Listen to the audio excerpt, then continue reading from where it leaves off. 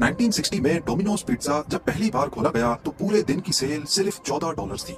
लेकिन कौन जानता था कि अखबार बेचने वाला बच्चा जिसको ना बाप का सहारा मिला ना माँ का प्यार, वो एक दिन 18,000 से ज्यादा पिज्जा आउटलेट्स का मालिक बनेगा। पर हालात के खिलाफ ये जीत किसी तरह से सीधी सादी नहीं थी।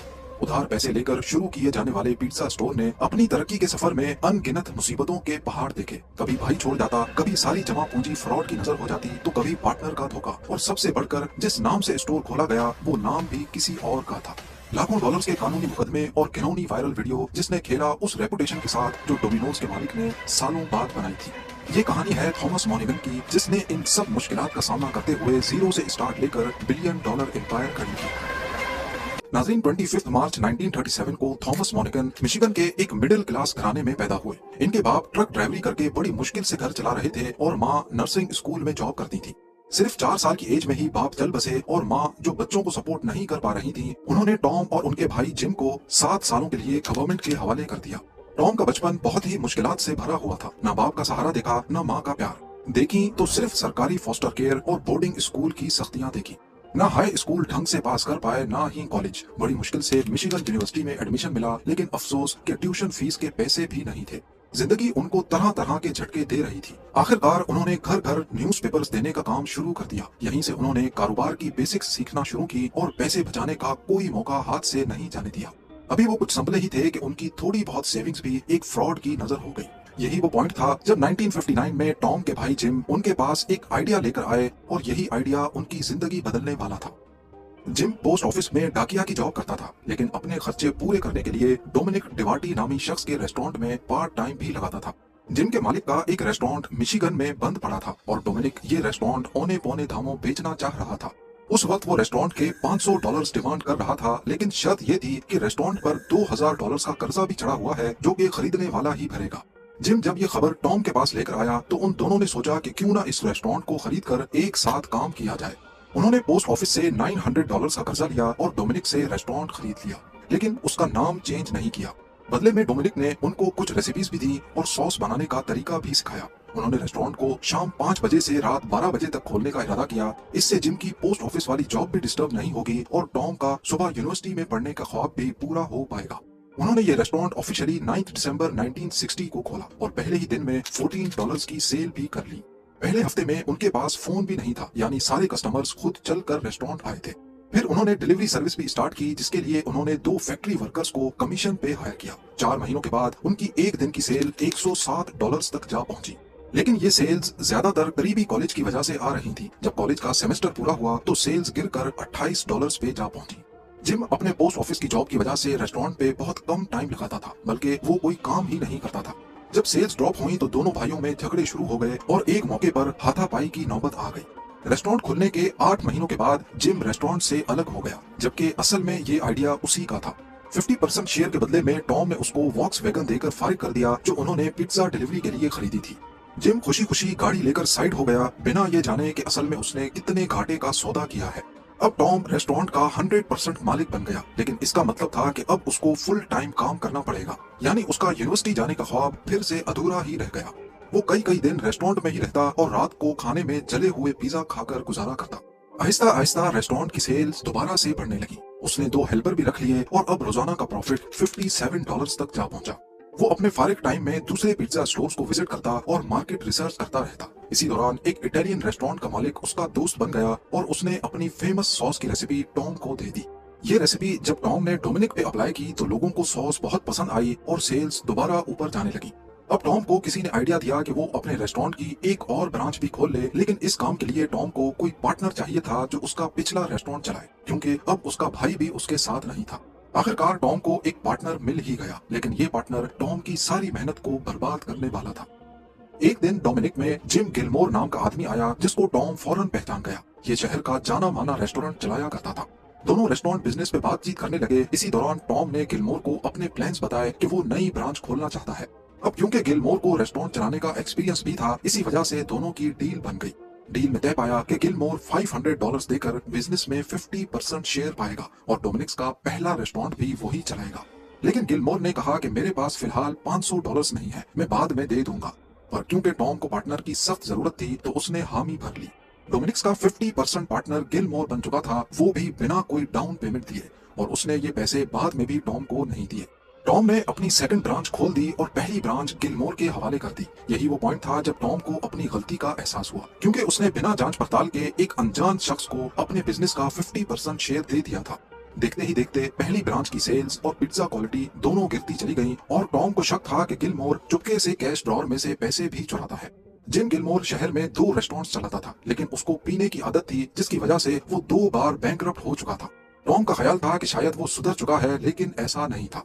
इसके अलावा गिलमोर ने टॉम के साथ जो एग्रीमेंट किया था, उसमें बड़ी चालाकी से कुछ ऐसी शर्तें ऐड करवाईं जिससे वो डोमिनिक्स में सिर्फ प्रॉफिट का 50% शेयर पार्टनर था, जबकि लॉस होने की सूरत में सारा लॉस टॉम ही भरेगा। अब नौबत ये आ गई कि टॉम दोनों ब्रांचेस पे टाइम लगाने लगा, और गिलमोर का जब दिल चाहता वो तभी काम करता था। कुल मिलाकर बात यह है कि गिलमोर टॉम का नाजायज फायदा उठा रहा था।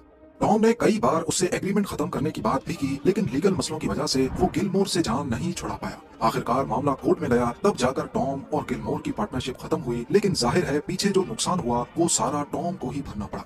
पर इसका मतलब ये नहीं था कि टॉम के सारे मसले खत्म हो गए। अगला झगड़ा एक ऐसे शख्स से हुआ जिसके नाम से ही टॉम अपना बिजनेस चला रहा था, डोमिनिक्स डिवाटी। डोमिनिक्स डिवाटी ने जब देखा कि टॉम उसके नाम से 2 रेस्टोरेंट्स चला रहा है और अच्छी खासी सेल्स भी बना रहा है, तो उसको प्रोफेशनल जेलसी होने लगी। आखिरकार डोमिनिक भी खुद अपने नाम से शहर में रेस्टोरेंट चला रहा था, और इसी वजह से कस्टमर्स को भी काफी कंफ्यूजन थी। लिहाजा उसने टॉम को फोन करके फड्डा डाल लिया कि अब वो उसका नाम इस्तेमाल करना बंद करे। ये खबर टॉम पर बिजली बनकर गिरी, क्योंकि इस नाम को प्रमोट करने में उसने अपना खून पसीना एक किया था। अचानक से नाम बदलने का मतलब था कि टॉम की सारी मेहनत जाया हो जाएगी। टॉम को किसी ने मशवरा दिया कि कोई ऐसा नाम रखे जो डोमिनिक से मिलता जुलता हो, क्योंकि उस वक्त लोग फोन बुक में नंबर ढूंढते थे, और जब मिलता जुलता नाम होगा तो डोमिनिक के पेज पर ही टॉम के रेस्टोरेंट का भी नाम होगा। कई दिनों तक टॉम और उसकी टीम डोमिनिक से मिलता जुलता नाम सोचते रहे, लेकिन कोई एक भी समझ नहीं आया। आखिरकार एक पिज्जा राइडर ने एक नाम सजेस्ट किया, और वो था डोमिनोज। टॉम को ये नाम बहुत अच्छा लगा। उस दिन के बाद वो डोमिनिक्स नहीं बल्कि डोमिनोज के नाम से काम करने लगे। नाम चेंज करने का मतलब था कि अब उनको लोगो भी बदलना पड़ेगा, तो उन्होंने सिंपली डोमिनो गेम के टाइल को ही लोगो के तौर पे इस्तेमाल करना शुरू कर दिया। और क्योंकि उस वक्त उनके 3 स्टोर्स थे, तो उन्होंने टाइल में 3 डॉट्स ही लगा दिए। अगली बार आप किसी को भी बता सकते हैं कि डोमिनोज के लोगो में इन 3 डॉट्स का मतलब क्या है। थॉमस मॉनिगन के पिज्जा बिजनेस को अब नया नाम मिल चुका था। उन्होंने रेसिपी में बेहतरी लाने और बिजनेस को प्रॉफिटेबल बनाने में खूब मेहनत की, लेकिन डोमिनोज की तरक्की की शुरुआत एक अजीब वाक़े से हुई। एक दिन रेस्टोरेंट का काफी स्टाफ एक साथ छुट्टी कर बैठा। इस पर टॉम ने मेन्यू में से एक्स्ट्रा चीजें हटाकर सिर्फ पिज्जा सर्व किए। इस दिन डोमिनोज को सबसे ज्यादा फायदा हुआ। टॉम को एहसास हुआ कि ज्यादा बड़े मेन्यू से सिर्फ काम का लोड बढ़ता है, जबकि छोटा मेन्यू ज्यादा प्रॉफिट बनाकर देता है। उस दिन के बाद से डोमिनोज के मेन्यू में से एक्स्ट्रा आइटम्स हटा दिए गए और सिर्फ पिज्जा पर फोकस किया गया। यहाँ तक कि पिज्जा के भी सिर्फ 2 साइज रखे गए, 8 इंच और 12 इंच। इसके अलावा टॉम ने नोटिस किया कि कस्टमर्स को डाइन इन फैसिलिटी देकर एक्स्ट्रा स्टाफ रखना पड़ता है, जिससे काम बढ़ता है और प्रॉफिट कम। टॉम ने पिज्जा को गर्म रखने के लिए गत्ते के डब्बों का इस्तेमाल करके डिलीवरी के बिजनेस में इनकलाब बर्पा किया। न सिर्फ इतना, बल्कि डिलीवरी पाउचेस का इस्तेमाल करके सर्विस को मजीद बेहतर बनाया। याद रहे कि डिलीवरी पाउच जिसमें पिज्जा गर्म रहते हैं, ये पहली बार डोमिनोज की तरफ से ही मुतारिफ कराए गए थे। डिलीवरी में नई नई इनोवेशंस की वजह से डोमिनोज बाकी रेस्टोरेंट्स के मुकाबले में बाजी ले गया। कॉम्पिटिटर्स जैसा कि पिज्जा हट की ब्रांचेस में ज्यादातर एरिया डाइन इन फैसिलिटी देने में लगता था, वहीं डोमिनोज की प्राइसेस एक जैसी थी और इनका प्रॉफिट मार्जिन ज्यादा, क्योंकि इनको डाइन इन फैसिलिटी पे खर्चा नहीं करना पड़ता था। टॉम को अब इस बिजनेस में 7 साल गुजर चुके थे और दूसरों के मुकाबले में डोमिनोज काफी तेजी से तरक्की कर रहा था। 1967 में उन्होंने फ्रेंचाइजिंग करने का सोचा। नए स्टोर्स खोले गए जिनकी लोकेशन कॉलेजेस और मिलिट्री बेसिस के करीब रखी गई, जहां नॉर्मली पिज्जा की डिमांड ज्यादा थी। एडवर्टाइजमेंट करने के लिए मेन स्ट्रीम मीडिया पर पैसे जाया करने के बजाय सिर्फ कॉलेज न्यूज़पेपर्स में एड्स लगाए गए, जो कि सस्ते भी पड़ते थे और ज्यादा इफेक्टिव भी।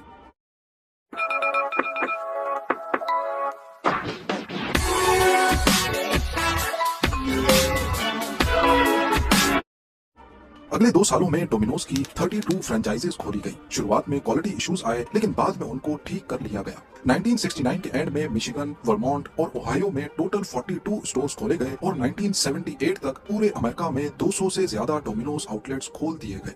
डोमिनोज की सक्सेस को शायद रोकना अब काफी मुश्किल था, लेकिन फिर एक वाकया हुआ जिसने डोमिनोज को काफी नुकसान पहुंचाया। 1980s में डोमिनोज की डिलीवरी सर्विस का हर कोई दीवाना हो चुका था। इनको देखते हुए पिज्जा हट और दूसरे कॉम्पिटिटर्स ने भी डिलीवरी पे फोकस करना शुरू किया। यानी पिज्जा हट अब डोमिनोज के डायरेक्ट मुकाबले में आना चाह रहा था। इस चीज से खुद को अलग रखने के लिए डोमिनोज ने अपनी पहले से बेहतरीन डिलीवरी सर्विस को और ज्यादा शानदार बनाने के लिए एक चाल चली। 1984 में डोमिनोज ने मार्केट करना शुरू किया कि अगर 30 मिनट्स तक पिज्जा की डिलीवरी नहीं हुई तो पिज्जा के पैसे नहीं लिए जाएंगे। इस चाल ने डोमिनोज की सेल्स को रॉकेट की तरह बढ़ने पर मजबूर कर दिया। कस्टमर्स के लिए यह डील हर लिहाज से फायदेमंद थी, या तो उनको पिज्जा जल्दी मिलेगा या फिर फ्री मिलेगा। इस कैंपेन ने डोमिनोज को बढ़ने में और ज्यादा मदद की। 1980s में ही डोमिनोज की अमेरिका में जहां 200 ब्रांचेस थीं, वो ग्लोबली अब 5000 तक जा पहुंची और ये उस वक्त दुनिया की सबसे तेजी से बढ़ने वाली रेस्टोरेंट चेन बन गई। पर टॉम को मालूम नहीं था कि ये चाल डोमिनोज के गले पड़ने वाली है। 1989 में डोमिनोज का 17 साला डिलीवरी ड्राइवर जल्दी पिज्जा पहुंचाने के चक्कर में अपनी ट्रक का एक्सीडेंट कर बैठा और मौके पर ही मर गया। इस वाक़े को न्यूज़पेपर्स में रिपोर्ट किया गया और ये लिखा गया कि 17 साला नौजवान की मौत जल्दी पिज्जा पहुंचाने के चक्कर में हुई। जाहिर है जल्दी पहुंचाने के चक्कर में ड्राइवर्स रूल्स के खिलाफ जाकर गाड़ी को तेज भगाते थे। देखते ही देखते ये खबर नेशनल मैगजीन्स में भी हाईलाइट होने लगी। एक रिपोर्ट पब्लिश हुई जिसमें बताया गया कि एक साल में डोमिनोज की फास्ट डिलीवरी की वजह से 20 जानलेवा एक्सीडेंट्स हो चुके हैं। एक और हादसे में ड्राइवर ने एक कपल के ऊपर गाड़ी चढ़ा दी, जिसकी वजह से मौके पर ही बीवी की मौत हो गई। इस हादसे की वजह से डोमिनोज को $32 मिलियन जुर्माने के तौर पे अदा करने पड़े।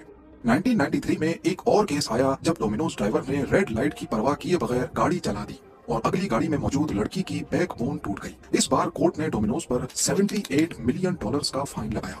इन सब वाकयात की वजह से डोमिनोज की डिलीवरी सर्विस पर बहुत तनकीद की जाने लगी। वो कैंपेन जिसने डोमिनोज को तरक्की की इस ऊंचाई तक पहुंचाया था, वो अब इनके गले पड़ चुकी थी।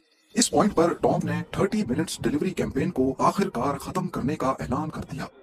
जाहिर है जब कोई भी बिजनेस फेमस होता है तो साथ ही वो कंट्रोवर्शियल भी हो जाता है। पहले ड्राइवर्स के एक्सीडेंट्स और फिर डोमिनोज फाउंडेशन, इन सब के चलते 1998 में थॉमस मॉर्गन ने डोमिनोज को $1.1 बिलियन में बेच दिया। लेकिन कंट्रोवर्सीज का सिलसिला खत्म नहीं हुआ।